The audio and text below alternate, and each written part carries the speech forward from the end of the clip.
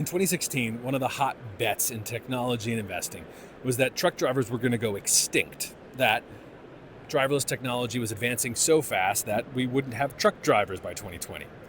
That didn't happen. There are more truck drivers in the US economy today than there were in 2016. But there are new entrants in the driverless technology game. I'm here at Pittsburgh Robotics Discovery Day, and I was checking out Aurora's driverless truck. These units are right now being piloted in Texas between Houston and Dallas.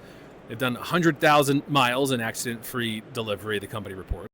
And so it asks the question, was the 2016 prediction just truth delayed, or should we have learned something then about what didn't prove true? So first, what went wrong in 2016?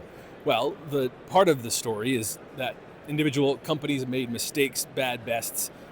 Some computer vision research proved not as predictive as researchers thought. And as ever, it's the edge cases that prove complicated. We've known for a long time how to get a vehicle to drive relatively straight in relatively predictive conditions. But most driving isn't relatively straight and isn't in predictive conditions.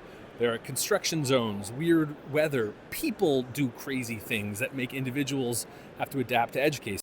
So the problem seemed to not get any closer to solution. Capital dried up. Some of those early companies closed or got sued out of existence. One way that Aurora gets around that is that it's operating on a fixed path between Houston and Dallas that has been mapped with exacting standards. That's very different than what you know about driverless cars, which operate in an ever-changing wild environment. Is that an important innovation that'll get us closer to trucks operating in more environments, or does it predict a future obstacle to come? My bet is truth delayed. It's part of this belief I have that it is always easier to predict that something will happen rather than predict when that something will happen.